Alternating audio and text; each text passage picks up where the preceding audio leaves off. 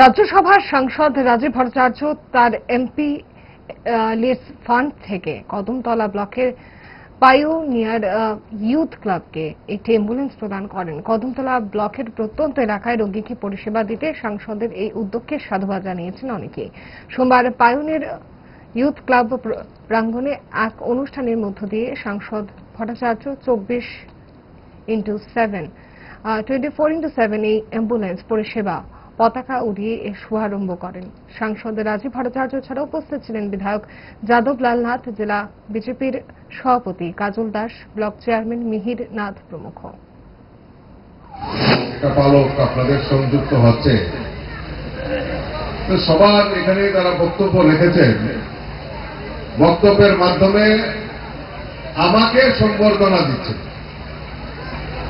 বলছেন আমার নামে এখানে আমি স্যাংশন করেছি, আমার নামে হয়েছে, আপনারা এখানে ক্লাবের সঙ্গে সংযুক্ত হয়েছে অ্যাম্বুলেন্স পরিষেবা, তো আমাকে যে এমপি হিসাবে আমাকে সংবর্ধনা দিচ্ছে। এটা সম্পূর্ণ ভুল।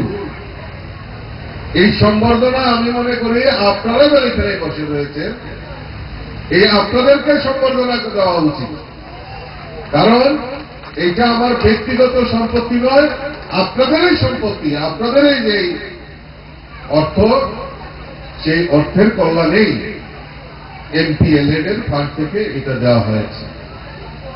আমি হয়তো মাধ্যম, কিন্তু এটার অংশীদারিত্ব আমি মনে করি এখানে যারা বসে আছেন প্রত্যেকের অংশীদারিত্ব সেখানে রয়েছে। তো কাজেই এই যে চিন্তা ভাবনা, এই চিন্তা ভাবনার বহিঃপ্রকাশ আমাদের করতে হবে।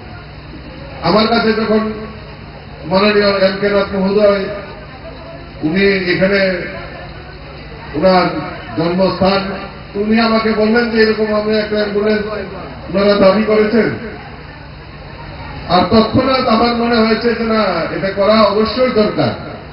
ইচ্ছে করে ডায়েটটা ভুলে রোলটা ফুচকাটা খেতে, কিন্তু মনে রাখতে হবে 5 দশক ধরে গ্যাস, অম্বল ও পেটের সমস্যার একমাত্র সমাধান গ্যাস নল।